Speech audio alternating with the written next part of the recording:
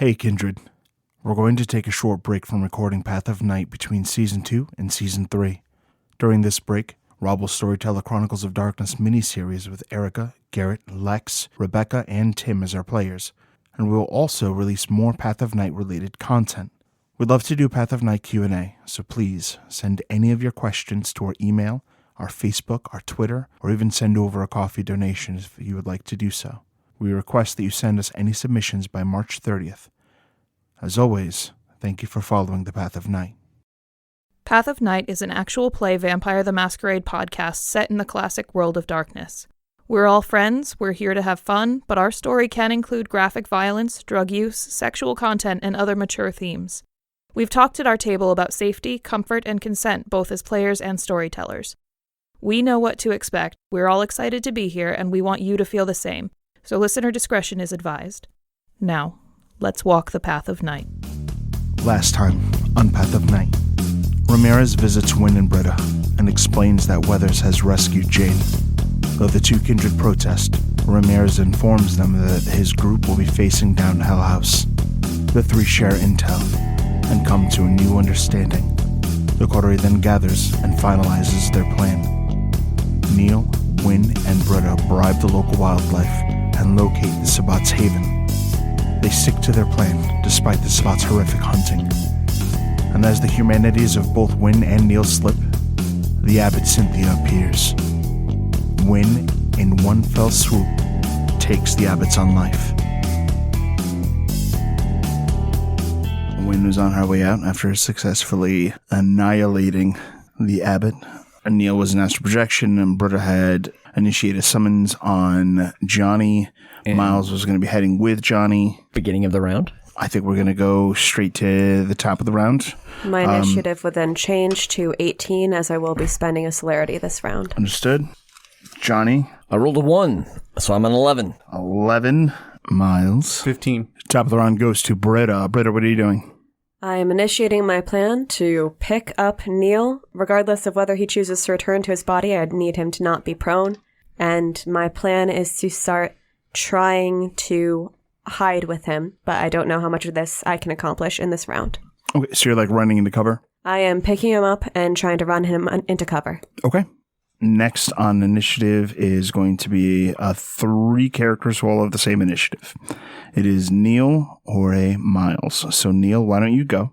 So I'm in astral projection, basically following Jorge, who is following Wynn. Yes. Neil will spend a willpower to manifest, basically as he's running, like inside of an alley, and just look at him. And so, like the weird astral projection form of Neil, because astral projection form does not look like you, right? It looks like... Not necessarily, no. Yeah. What does it look like? Isn't that the one that represents something true about yourself? It was how you view yourself. Sometimes it's like a silhouette. It really depends on you. Got it. So what does Neil look like? Neil manifests real quick, basically like right in front of the guy as he's running. And he looks like a blonde, French-featured man dressed in like 1800s, like early 1900s spiritualist clothing. Absolutely dripping with blood. And manifests to look very much like a idealized and yet perverse image of his own sire. And looks directly at Jorge and says, I really think that you should just turn around and go home. And we'll try and hit him with the haunting. Okay, you're going to roll a +2 difficulty. The difficulty for the haunting is his perception plus self-control or instinct. 7. Then +2 for frenzy. Diff 9? Yep. Okay. Does spending the willpower to manifest count as your willpower extension for the round? It does. Okay. 1 success. Okay, he is haunted. 1 success only lasts for the night. Only. A paltry What can evening. last like last time I hit somebody with it was like a couple of months. Anyway, so he just does that, and then at the end of the round will just sort of disappear. But just this bloody, distorted looking man stands in front of him and tells him he should probably leave and manifests the powers of madness. Jorge, once you have taken his attention, will lash out violently with claws at your image. raking and ravaging and doing everything he can to try to hurt you. Neil looks unimpressed before fading away to nothing. What's your courage rating? No, he looks scared as shit. That's yeah, my courage rating's a 2. Neil actually, that's Pathetic. yeah. I'm unimpressed. He has magic claws. Oh no. Yeah. Neil, despite not being corporeal, definitely flinches. Yeah, you're totally right. It definitely tries to do the intimidation thing and then just flinches. It's like, Pathetic. Maybe like you kind of turn away so like they don't see it as you fade away, but like no, I don't think I'm that. My courage is a 2. Nah, Lex is totally right. You can make a courage roll. Yeah, roll to flinch. yes, best Roll 2 roll flinch. Don't botch this roll. -3 humanity. Do I have to do this? Yes. Your difficulty is 6. Sounds like a yes. 2 successes. I don't flinch. All right, you hold on with everything. You hold together, and he doesn't hurt you, and you also don't run away. I don't run away. It's the most vampire shit I've ever heard. Roll dice to look unimpressed. Roll for nonchalant. With 2 successes in my head, Neil manages to hold it together until the end of the round when he fades fully back into the astral realm. And it's like, oh my god. I did it. Did I pee? I didn't even pee that time. Way to go, buddy. If you had, it would have been astral pee. Whose turn is next, Lex? That's a Miles. I'm with Johnny, so wherever the fuck he's doing. Because actually, at this point, he got summoned. Miles He hasn't holds moved to yet. roll Yeah. with Johnny. I think because you're higher on the initiative track than Johnny, you do notice that he is parking up to some unseen force. Wynn, what you got? She's not looking behind her. She knows people will likely be pursuing. Not something if this is something she could or would notice. Was he a city gangrel? Yes. Okay. Continuing her flight, she kind of dips into the trees to break the sight line, but she starts flying in the direction of 123 Ogden Street. Okay. You will, at this point, have escaped combat. Johnny. Johnny looks over at Miles. It's go time. He stands up from where he's been sitting in the bar where they have been waiting for the queue, grabs Miles by the shoulder and starts heading outside. I'm not going to use celerity in a bar because that would be a masquerade breach, and I haven't been summoned that hard. Yeah, I mean, the masquerade's probably still intact, so there's really no reason to worry about that stuff. And They're all pretty level-headed people. But his intent is to basically go outside somewhere, like into like the alley, where then he can speed away towards Britta. Miles, are you heading out with him? Yes. Okay, so the two of you start making your way outside, get around to a little alley space where there's some people smoking cigarettes, some cloves, and Celerity action. celerity actions. What are you doing? I used my first celerity action. I don't know if that was all of my You have celerity. not used any of your celerity actions. Okay. I'm just going to try to continue to try to sneak away with Neil to meet with Johnny and with Miles. Give me a dex plus stealth. Your difficulty is 7. They're on the hunt.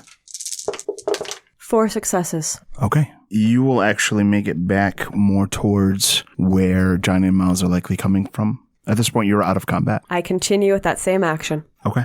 With Neil, you'll make it to the other side of the street, and we will hop over to Neil. What are you doing? He's just continuing to like freak out in the middle of the street in frenzy now that I've disappeared. Yeah, I mean, he's not on the street, but He's- like out on the lawn, yeah. Okay. Neil is going to, at the speed of thought, project himself after Wynn just to make sure she gets away safely. Okay. You will follow her. It looks like she's perching and just kind of waiting it out right now. He doesn't manifest this round. He just makes sure she's okay.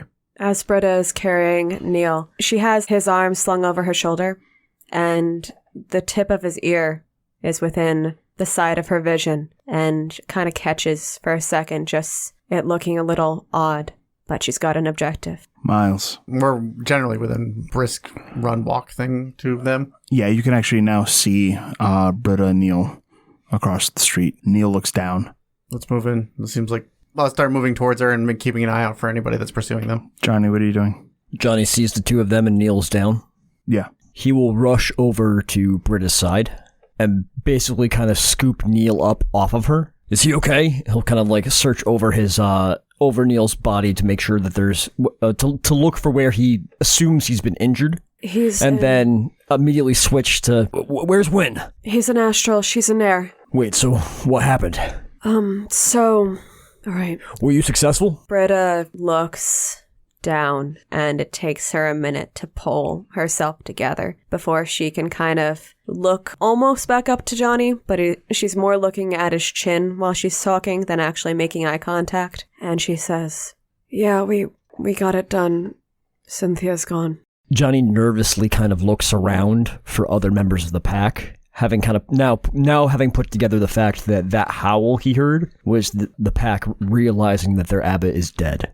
So here's what happened. No, we don't have time for that. We gotta get out of here right now. They're gonna be on the warpath. Let's go. Let's get him. Take Neil. Let's go to the vehicle. Wynn's still an owl. She'll contact us when she's able to. Okay. If Neil's an astral projection, he must be with her. Let's go.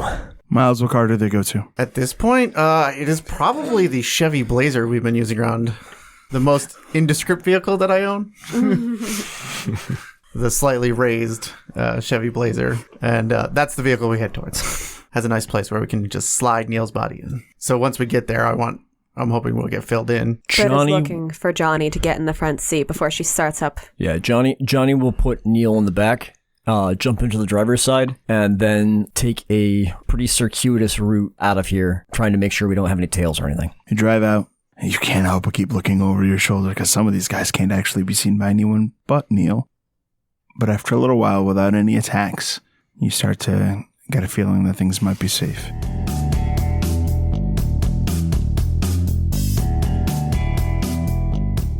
When the violence and panicked screams and eerie sounds that you hear out around the campus quiet down, and it feels like you might even be alone. Jorge is gone.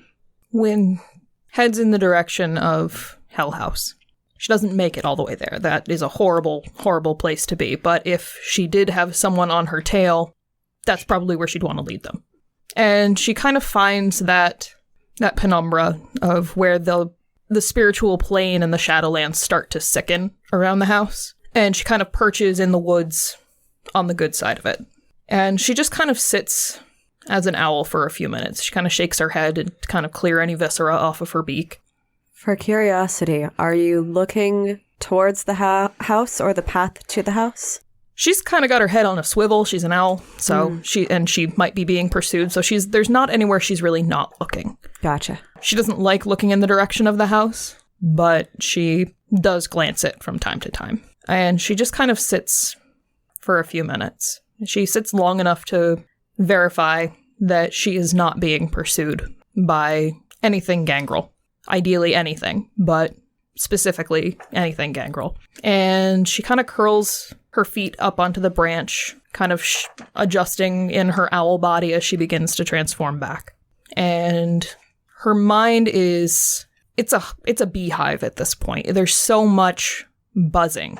There's so many thoughts, so many what ifs, so many unanswered questions that the noise itself is sort of just drowning out itself. It's white noise of itself. And as she transforms back, she kind of just lets her legs dangle over the edge of the branch and sits for a minute.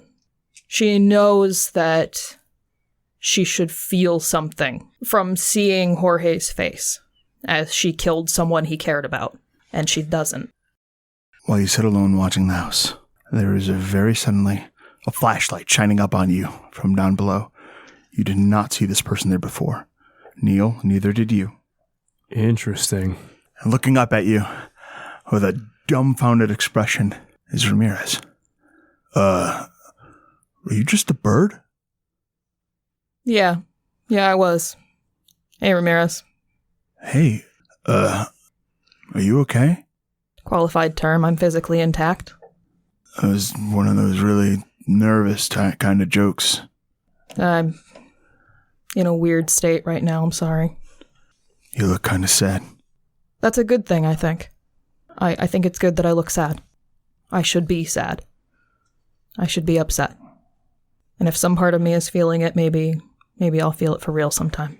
He kind of gives a little bit of an apologetic look and moves the flashlight from your eyes. It's not because I was afraid or anything. I was just startled. I don't think you would, hurt anyone. But you've got some blood on your feet, and you're really looking like it's been a long night is all. I'm going to climb down if that's all right. Yeah, I prefer it. She starts shuffling her way down the tree. Yeah, some good company. Are you scouting? Yeah, I'm trying to figure out what we can before we go do this thing. What do you see when you look at this place right now? The stuff of nightmare. Veins, pain.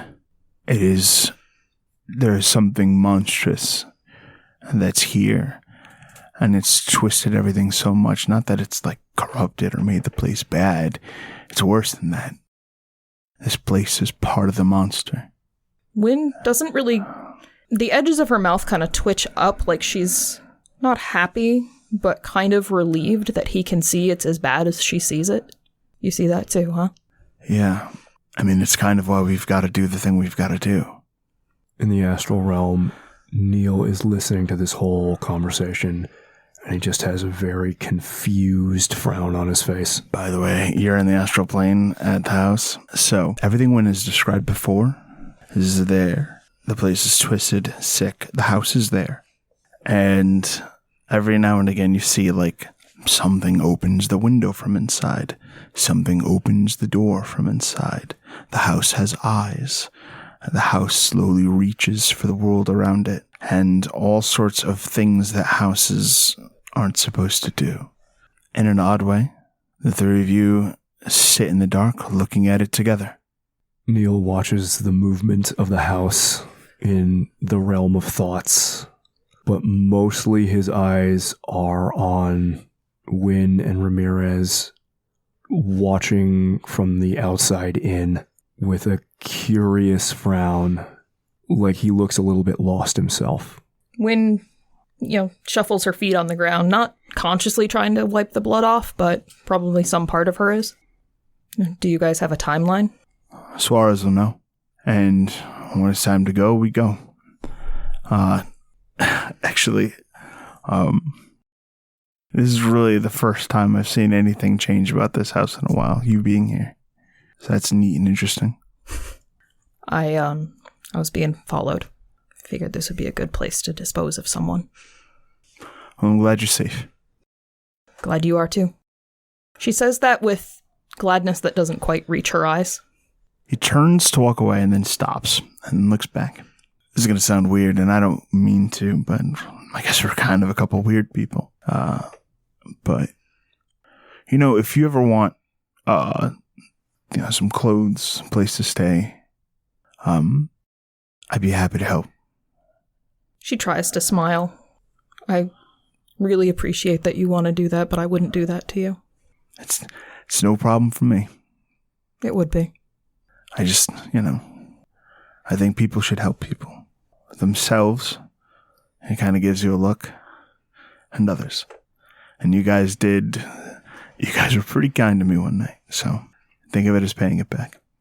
Ramirez, just so you know, things are about to explode in this city. Things are about to get very dangerous for a lot of people. Keep your people safe. Well, you're not. You're going to go into Hell House, but... Good thing we've got such dangerous friends. She does genuinely chuckle at that. He kind of gives a wave and starts heading off on his way. Wynn stands there for a minute and kind of crouches down, holding her head in her hands once he's out of sight. And just kind of tries to process everything that she has felt and been supposed to feel but didn't, and what that means. She digs back to her psych textbooks that have been unopened for a very long time, and finally her trail of thought. It starts back before she was embraced in the life she had there, and then she starts kind of working her way forward, kind of mentally grounding herself in where she is now. What life did she have before then?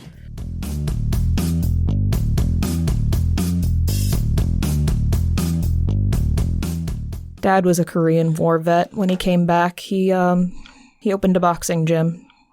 There weren't a lot of women there, but he always wanted me there so I could learn how to fight and protect myself. And he and Mom They were hippies before hippies were a thing. They kind of let me do my own thing and didn't really judge when I came back in real late. Judged a little less when I started throwing up in the morning. Didn't judge when I wanted to be a barback at Dad's bar for Woodstock. But they never got the chance to judge because she didn't come home. Just kind of a nameless victim of Woodstock.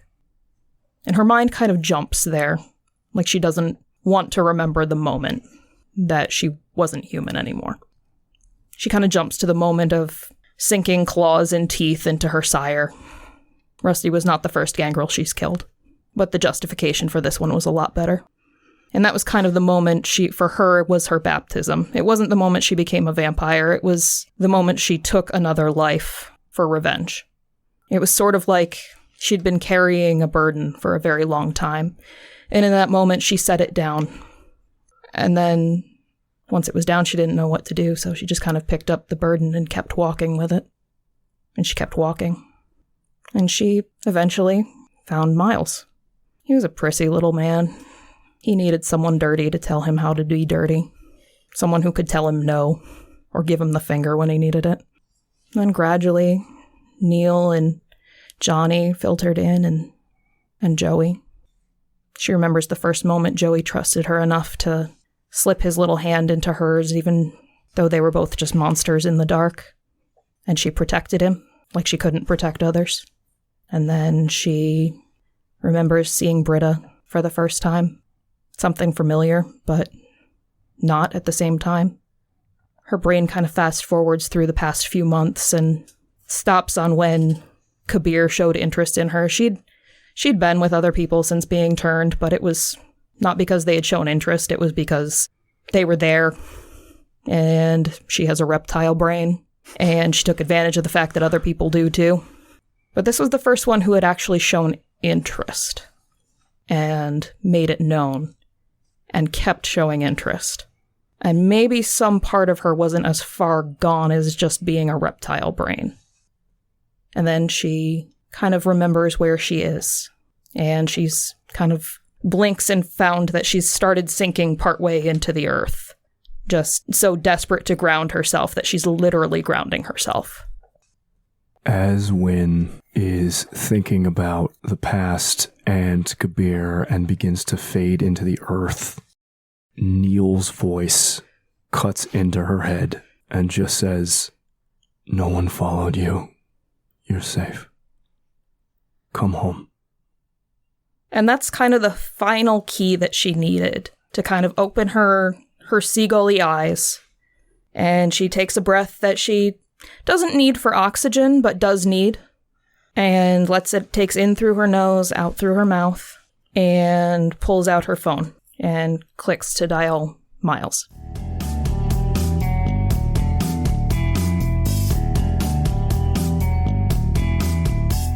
After the attack against the killing spree, the three of you make it back with Neil's body. Where are you headed? So Johnny goes for a long circuitous drive, probably actually hops up onto the Merritt, over onto 91 for a while, just to kind of really make sure that nothing can follow him.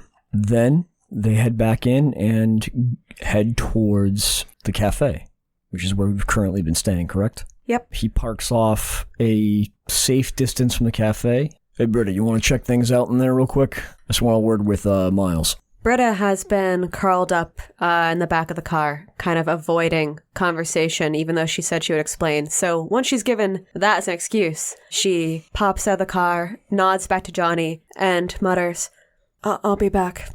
And we'll be right there. You see anything weird, you just get the heck out. But we'll be right behind you. All right? I got it. And she heads on in. Once she's well out of earshot, well, Seneschal, that went pretty well. It did. You've talked to the two top members of the Camarilla in New Haven. You have successfully conducted a raid against the killing spree. When you want to make a move for the crown? I need a couple more days. I need to work over one of the prince's old ghouls to be a more pliable vessel. I'll tell you this, though. The killing spree is going to want revenge for what we just did.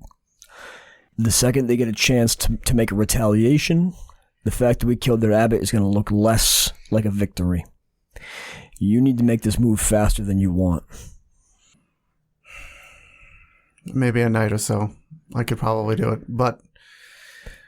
I hate to say this, but it looks like it did a number on our coterie to conduct this execution. If you gotta brute force your way through a ghoul to get to Roland's, do it. It's a time thing. I can do it, but it's not... I understand. Yeah, it's not a worry about his particular safety. It's partially detestable, and I'm trying not to completely destroy his own will. I realize what I'm asking there, but this is a precarious situation, and I think right now the court is as appreciative as they're gonna be for you to swoop in and take the reins. I wouldn't waste that goodwill. It was always the plan. I did think this was going to go down with more bloodshed, though. Let's make sure she's not alone for too long. I don't think the kid looked very good. Johnny hops out, opens up the back door, and pulls out Neil. Kind of cradles him in his arms and starts heading over towards the cafe, leaving Miles in the car by himself. By the time you get Neil inside, Britta is nowhere to be found.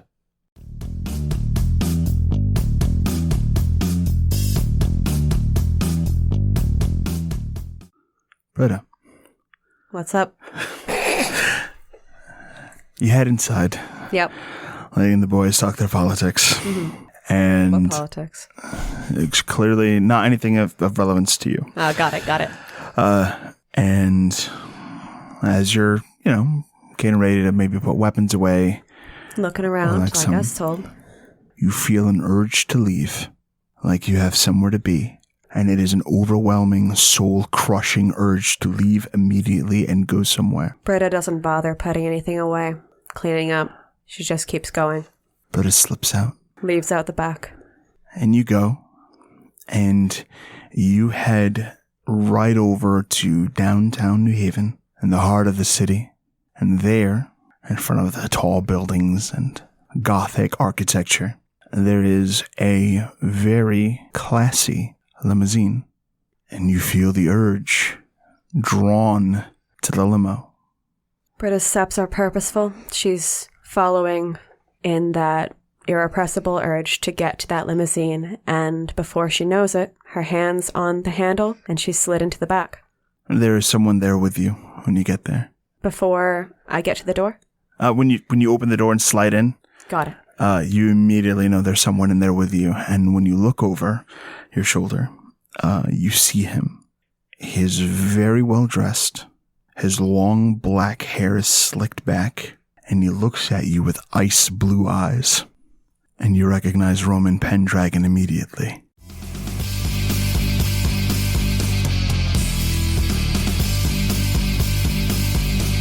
We cut back to Miles and Johnny entering the Haven, and Britta's gone. Her weapons have been put away. Nothing has been organized. She's just gone. Johnny calls out for Britta. When no response is had, he kind of nervously looks over to Miles and starts kind of casing, running around the place looking for someone. You hear something break by the back door. I go towards the A matte noise. black axe is drawn from its place of holding. Yeah. You see two things when you get to it. The back door is ajar, and the window beside the door has cracked. The back door is ajar, and the window is cracked? The window next to it is cracked. A big, huge crack running from, the top right corner to the bottom left. But there's no indication as to what just caused that noise, what broke the glass and caused you to hear it. Johnny gives a look over to Miles, you got to play here? I start moving out forward. I was keep a hand on Neil. And I go out and look outside with the katana. Basically, with the hand on the katana, but it's still sheathed. You keep your hand on your blade. Right. And you check out the door. Roll me an investigation. Uh-oh, we're fucked. Do you have your glasses on? I do, but investigation is a knowledge skill. I have none. What? Okay, so you may not roll it. Right. Johnny, do you have investigation? Johnny does have investigation. Okay, give me a roll. I have perception. Between the two of us, we're almost a smart character. Almost.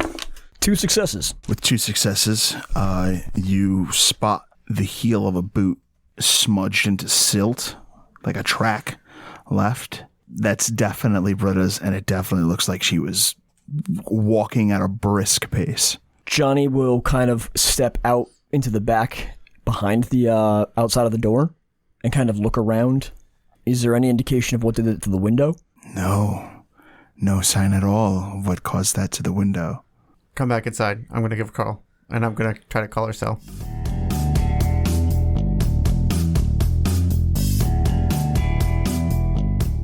Meanwhile, in the limo, Roman Pendragon watches you, kind of in the same way that a lion beholds meat. Britta slowly finishes the motion of sitting down. I imagine she kind of paused midway through when she looked over and connected eyes and realized exactly what situation she was in. So she'll slowly kind of sit properly and look over, and his demeanor sinks in, and after a few moments, her first reaction is to quietly just say, "Hey." You can hear the sounds of a storm rolling in. He smiles just slightly. Britta, yes? Yes? I'm struggling to convince myself that I shouldn't break you. Perhaps you might meet with more success. And then your phone rings. Britta does not look away from Roman Pendragon for a few seconds. The phone just seems like a cosmic impossibility at this moment. And it takes that second or two to realize, like, no, that's real. That's a thing that's happening. She looks down at the phone. She pulls it out. When you go to move, you get the sensation that this might be a dangerous thing to do. But he reaches for you, like right across you, just past you, and gets your phone out for you and holds it out for you. He looks over his shoulder to the driver. Drive. The car starts, and the two of you begin moving. Britta looks to her cell phone being in his hands and back up to his eyes and just looks questioningly at him for a moment. She doesn't reach for the phone. She doesn't try to answer it. Answer it. Okay. She slowly reaches out, takes the phone gently, and flips it open. Hello? Hi. You took off. I'm watching his reactions the entire time. Like, everything is a pause in case there's any information that I seem to get from his expression or demeanor. Roman sits back, crosses his legs, and watches. Intentionally putting up any kind of front. Is he readable? He looks like he's waiting. Sure. But not discouraging. I, had somewhere else to be. On purpose? There's a couple conversations that I need to have. Do you have this? Britta accidentally makes a bit of a... how do you even describe that with the face I just pulled? Apprehension? Like a, I don't know, kind of face. I think you just described it. Yeah, sure. But with that sort of like tilt of the chin towards the concept of that question. Oh, I'd better. Is there anything we can do? You know what? I wouldn't be surprised if there was something you could do. But it's not the time for it. I'll be okay. Come back to us. I will. I'll get you back when I can. I'll hang up the phone. And Britta slowly flips her phone shut as well. So why should I exercise kindness? Why would you want to break me? Did you leave Boston? Were you ever gonna let us leave? That isn't what I asked you. Yeah, we left Boston.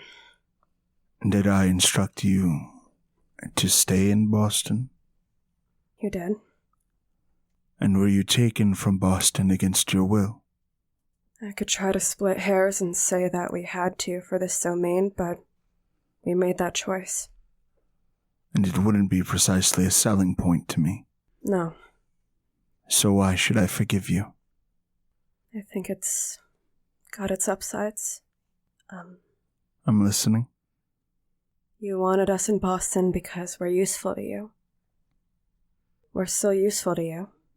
Those who defy me are not useful. They are obstacles. And for you, there is a choice.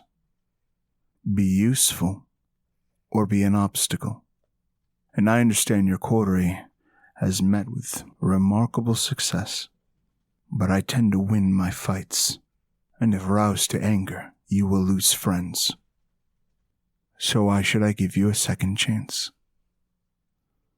Because you were good friends to have on your team. Hypothetically, he reaches out to this, very beautiful bottle. Hey, Lex, how beautiful. It is very beautiful. And with a bit of showmanship to his body language, he arranges a pair of glasses. He pulls the cork from the bottle and will slowly pour what does not smell like wine into these glasses. And despite his clear interest in destroying you, he offers you a glass. Britta's eyes flick from the glass to him, as if trying to figure something out. She tilts her knees inwards. I assume they're kind of sitting next to each other. Mm-hmm. Yep, they're side by side. Adjusting her posture slowly to more face him. And she reaches out, takes the glass, and she can't help but look like she's trying to figure out what it is. There's that glance of how the light reflects on it, how it feels to hold the glass in her hand, and she does not take a sip, possibly in the polite way of waiting that he might pour himself a glass too. Possibly. He is pouring himself a glass. And she will continue to wait until he seems to be done. So you say you are a good friend to have? I think I'm a lot better of a friend when I'm not broken. We may have to find out. But in the meantime, he raises his glass to yours. It's a friendship.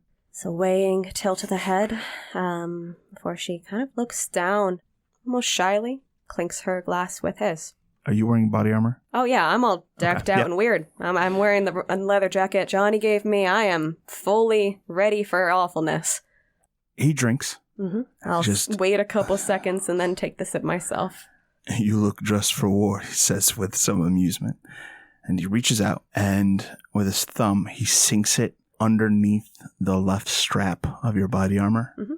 And with a light tug, the Kevlar rips, the armor breaks, and he just tears it sheer from you. Well, that's going to have a strong reaction. So Britta is going to... there's a little table, correct?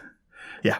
The wine is going to be placed hastily back down on the table, and she is going to scoot back from him. Confused, expecting attack is her demeanor. He does not seem to notice your reaction and just sort of continues. Continues with what? As he speaks.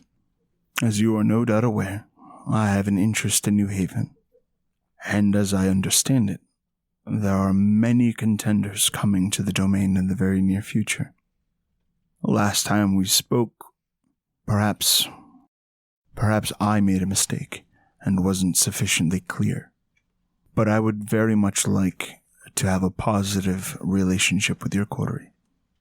But it must be one where I am clearly understood, and that my expectations are clearly understood. And what I expect is loyalty. I expect honor when you speak. Do not lie to me that you will remain somewhere and then flee. I think that you could kill me right now if you wanted to. I think it'd be easy.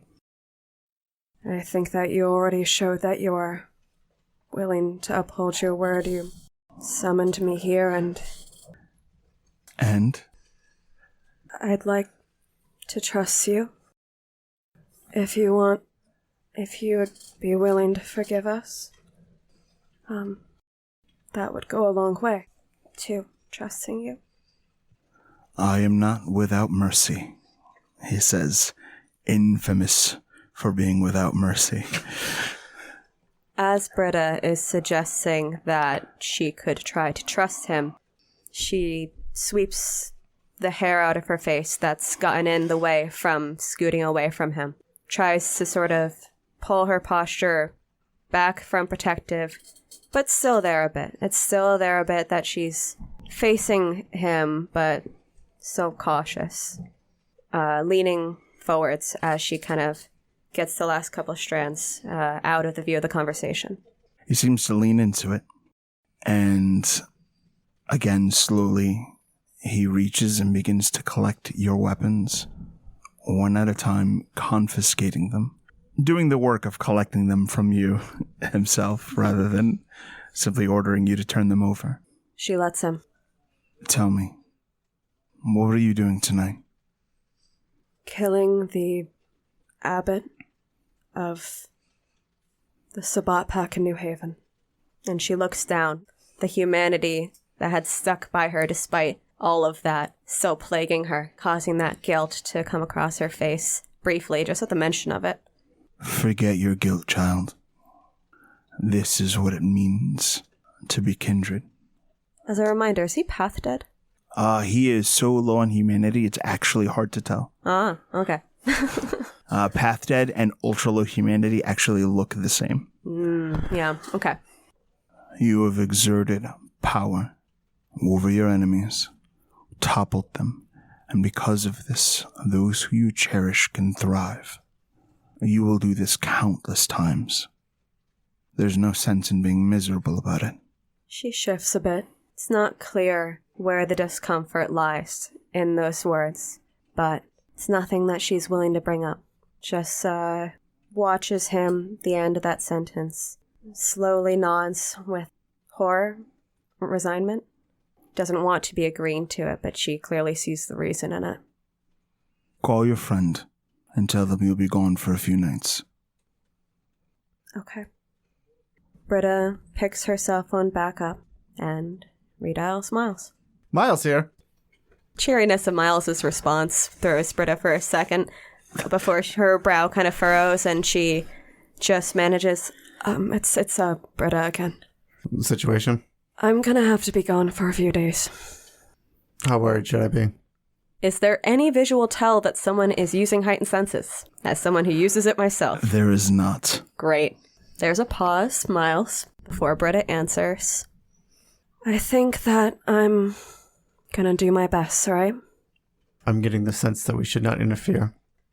I'm not sure, but... Would it make it worse? I It think would. you'll... Britta looks down at that. I think that you'll know about this when and if it's your time. With a kind of nod to it would. Alright. I'm sorry, I... Don't apologize. Take care of it. I'll do what I should. We'll see you soon.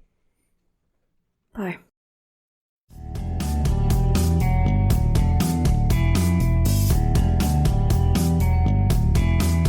I hang up the phone, take a deep breath, And then your phone rings again. and I pick up the phone again. Miles here. Well, that was chipper. Sorry, habit. I'm good. I'm headed back. Where are you guys? We're at Britta's. Do you know what's going on with Neil? His body is still unoccupied. I'll be very honest. I was looking at one thing most of the time, and I did not see what happened to Neil, but I heard him, so I think he's okay. Okay. We thought he might be trailing you. He may have been. I can't see him if he is, but I did hear him, so I do think he's okay. We have a different situation. Okay. I'll you want- fill you in when you get here because there's not much you can do about it, but heads up, more or less. You guys... Yeah, that's not really a great note to leave a phone call on, Miles. Sorry. Britta has been requested to stay with someone. Unfortunately, I don't really know who. I just know it's somebody of a large amount of power. I have a couple guesses, but unfortunately I can't really tell when other people are talking on over the phones. So, she seems to have it handled for now, but she has sort of been taken. Sort of taken is sort of like a little pregnant. Yeah. She knows what she's doing. Does she? I talked to her. The ability to speak doesn't make you intelligent. It doesn't make you know things. I know the answer. Yes, I understand being forced to say things. Part of the whole thing with Ventru. Right. No, the answers that she gave me makes me feel like she's going to handle it to the best of her abilities. I get the sense... Britta is like 4 months old. Okay, she's older than that and been put through a lot of shit in that time. She has been through a lot. And unfortunately, I don't think we have much of a choice here. All right, well, I'm coming back. You can yell at me when you get here. Oh, I plan on it. I figured. I don't. I'm angry. It's not at you. I know. Why do you put up with me? Unexpected question. All right, look, Because of all of the other coterie, you've generally been the most okay with your unlife. And that is something that we share. I'm going to come back, and I'm going to be mad. Yep. And I'm going to be mad because I need to hold on to being mad at something. Fair enough. It's not you, but I'm going to be mad. All right. All right? Sounds good. No, it doesn't. It sounds like a hell of a night. I'll see you there. Look, we've had a lot of hell of a nights, and they're not going to stop quite yet. No, I think we just kicked the hornet's nest here. We're not done yet. All right. I'll be there as the crow flies. You can be a crow now? No, it was just a poor attempt at humor. Oh. I've had a lot of birds around this evening. All right, we'll see you when you get here. All right. Johnny and Neil with you? You look over and see that Neil's still on the ground, and Johnny is pacing back and forth, staring daggers at you, like almost like smoking down the filter of a Morley, like vibrating at the fact that he's just been listening to this conversation and hasn't been able to say anything because he respects your phone etiquette too much. Half and half. Okay. I suspect if he followed me, Neil will probably follow me back. Sounds good. All right. Bye. Click. What the fuck is going on? I wait for any more. Britta has gone with someone. Is it Roland's? No. You're sure? Yes. This person is more powerful. You see his eyes kind of flicker back and forth doing some mental math. And he has a sense of style. He allowed her to take the phone call. It spoke volumes. To be fair, Upton wouldn't do that. Yeah. So, Yeah. that's Well, you don't know. He has a sense of style. You just don't see Oh, it. fuck off. She did. Oh, that's pretty great from Miles. Yeah, not him. This guy was really cool. I heard thunder and everything. He knew about presentation. Do you think it was Setites? No, there wasn't enough rubbing it in. Pendragon? It's a good guess. I don't know why that happened. Literally thunder. Pendragon. Literally every time you say Pendragon, thunder crashes. This is insane. I caught a sound of a voice. I think it was his, but I'm not good at picking that stuff up. All right. If we're gonna make a move on Upton, this actually might work in our favor, getting her out of the picture for the time being. I mean, as long as... Is Wynn on her way? She is. She's safe? Sounds like it. And Neil is still unaccounted for? I don't know. Poke him. Right. Nobody knows what's going on with Neil. Hopefully he's just doing Neil stuff, but otherwise, I don't know. He's trapped outside of his body. We'll give him another 20 minutes, then I'll bring him outside and toss him in the water. Are we even close to water? I think he means the gutter. There's a thunderstorm outside. It's New Haven. Of course we're close to water. I mean, not all that close. Like, Big chunks. I'm pretty sure he means the gutter. I'm pretty sure I can leaps and bounds into the water. I think that's true. By the way, he is still talking about the gutter. He is not. Still talking about the gutter. They're gathering up. All right. I guess this would be a good time to discuss the plan with them. Shortly thereafter, Wynn arrives.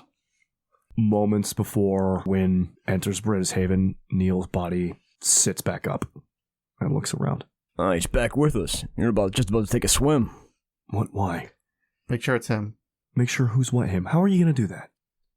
The only one who could tell is me. This doesn't feel like him. Get your axe. Oh my god. Actually, what's going on with you? You seem different. I don't think so. I stuck to the plan. Johnny gives you a kind of a wary look. I mean... Something about your demeanor definitely seems changed. Neil looks significantly less humane. Yeah. Wynn should be here, and he just counts down on his fingers. When he reaches the end of the countdown, Wynn kicks the door open. No, she doesn't kick it. She opens it like a regular person. Johnny, who's retrieved a towel from the back, tosses one over to you the second you walk in. Wynn catches it like they've done this 100 times. Begins toweling off her hair. So what happened? Where's Britta? I heard you talking to Wynn. I'm under the assumption that somebody powerful has requested her presence for the coming nights. And so we're going to go check in with her, right? We did. I heard secondhand from the conversation, but it sounds like she's not in a position to be having anybody else along. Which also means she's alone with whoever this was. It's not okay. I don't think anyone said that it was okay. It's safer than Upton at this point. Is it? Is it? Yes. I think the three top candidates that could have possibly taken her. Actually, to be honest, it could have been anybody from the court here. Could have been Upton. Could have been Elsa. Could have been Reese. For all we know. Why wouldn't it have been Reese? But it also could have been Setites. Okay. It also could have been Pendragon. So what I'm hearing any one of those. Don't rabbit hole. We can't make a move against them. What I'm hearing is that we need more information. That someone needs to find her and check in when no one else is in the room listening. That's what I'm hearing. And we were specifically warned against showing up. Showing up?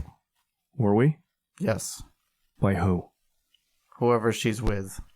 We would make her situation worse. I'm not comfortable leaving her unchecked in with, at the very least. She called and talked to me. Mm-hmm. When someone else was in the room with her. It's a very different conversation.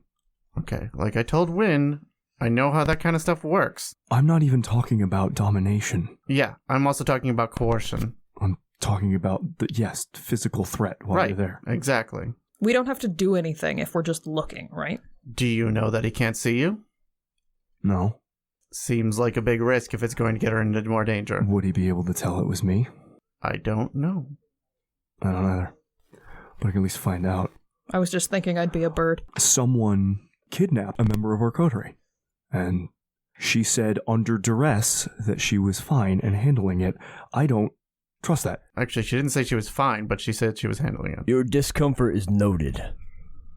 The point is, any of the people we just mentioned wouldn't just kidnap her and not be in contact if they didn't want something. So either they're going to release her after a few days, or they're going to be in touch with us and tell us what they want. Or they're going to hurt her. It's weirdly... He picked Britta. Yeah, he did. Right. Put some pieces together, Miles. She's in danger. We're always in danger. We've been in danger since She's in a different kind of danger. I actually think she's in a stronger position than we are. How so? Because he's talking to her. He wants her attention. He wants conversation. That's why she's in danger. I think she's in a better position than the rest of us. Yeah, you said that. Elsa has been teaching her for months. This is quite possibly one of the things that she is most ready for. But we don't know that. We all do things we don't know about the other ones. I called in with her. I checked in with her. And I get it. I'd rather not be here. I'd rather go out there and send Johnny out to go figure out where the fuck she'd gone, or used your abilities to figure out where she'd gone, than to sit here and wait. But that could endanger her way more. So. I mean, you do have a point. We waited earlier today, and that gave us an opportunity. Seems like it. And we need to try to trust her. And that's what I am doing. She would have been able to signal in one way or fashion or another if she was truly desperately in need of our help. Are you sure she didn't? She's young. That's what I worry about. I get it. But she's also had a lot of unknown training on top of it. At this point in time, I'm inclined to not press on this. So what are we doing in the meantime? If we're not going to go and find her, or at least figure out where she is to send her a message, what are we going to do? Finally, a question that actually matters. He looks over to Miles. Wynn is kind of leaning against the bar, flicking things from under her nails and just kind of staring off into space. Neil just keeps looking at Johnny. You want to tell him what we're about now? Johnny is taking the position that he is because Britta's presence would have made this next part much harder. You're going after Rollins. Correct. Wynn looks up. I've set the stage. I've been working with his ghouls to at least be more friendly with his allies, take over his assets. I've secured the general friendship and or permission from various elders in this court. If you take princedom from Rollins, and let's say that you're right, and it is, let's look at some worst case scenarios, and it is Pendragon or somebody like that who has Britta. What's to stop him from holding her hostage until you bend the knee? Because she's with him right now, and she could just die in an instant. I'm not saying moving against Rollins is the wrong thing, but I've been talking about repercussions on repercussions for a while now. And somebody who says they want the princedom, as you're about to praxis, has someone that we, in theory, care about as a hostage. We've never been safe from Pendragon. We haven't been safe from Pendragon as soon as he noticed us. But by doing this, and possibly for her to work an angle for the rest of us, we may be able to some working relationship. Because in the end, the Sabbat are coming. And we're not going to be able to fight them on our own. And the whole reason we're doing all of this is to be able to resist. If you're worried about him using her to blackmail us into bending the knee, he can do that at any time. If Miles is prince, he has the added stress of worrying about whether or not he's actually got the backing of the court of New Haven. Because forcing some random coterie to bend the knee is one thing. Forcing the prince, who has the backing of the Tremere and the Toreador, is a whole nother. And knowing us, I really don't think it is. If Miles has already done all the pre-work to get everyone behind him, he doesn't have to bend the whole court. He just has to bend Miles. We're going to be in a working relationship with Pendragon. So, But it's a hollow threat. If he kills her and he is prince, that's a declaration of open war. If he has her and Miles is simply just a venturer of the city, he can kill her, and the prince might suggest that he apologize to his seneschal. If we kill Upton Rollins, what's Britta gonna do? Have her blood bond broken. I'm not against killing Upton. I'm uncomfortable with the thought of leaving Britta alone. I don't like it either. I don't think anyone here does. I'm going to be very honest. I don't think any of us are okay with the situation as it sits. It just feels like we're sweeping past it. And if that's what we're going to do, that's what we're going to do. Fine. I'm just accepting things that I cannot change currently. We don't have to be able to change it to be able to observe it, to get a better lay of the land. If it looks like he's going to kill her anyway, we at least know about it ahead of time. Wynn. Where's Romeo? I can find him. I could call him here. If there's some way to observe Pendragon without being seen, do it. Just be sure. Path of Night is an actual play Vampire the Masquerade podcast set in the classic world of darkness. Britta Ashcroft the Toreador was played by Rebecca Steigelfest. Johnny Saxon the Bruja was played by Garrett Gabbey. Miles Davenport the Ventrue was played by Tim Davis. Neil Foster the Malkavian was played by Rob Muirhead. Wynn Cabot the Gangrel was played by Erika Webb. Your storyteller was Lex Lopez. Recording by Rebecca Steigelfest. This episode was edited by Rob Muirhead. The music used in this episode was January Grunge Love Fest by Technoaxe. Visit them online at technoaxe.com. Path of Night uses the 20th anniversary edition rule set of Vampire the Masquerade with a few limited house rules. Vampire the Masquerade is owned by Paradox Interactive. Make sure to subscribe to us wherever you get your podcasts. Follow us on Twitter at Path of Night Pod, on Facebook at facebook.com/Path of Night Podcast, or email us at pathofnightpodcast@gmail.com. See you next time, kindred.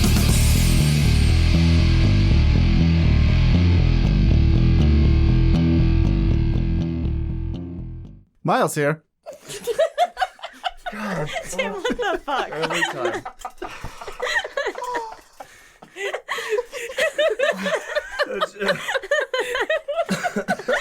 I can't help myself. Oh, Tim, you're so good. I love it. Damn I love it. Your troll game is so strong.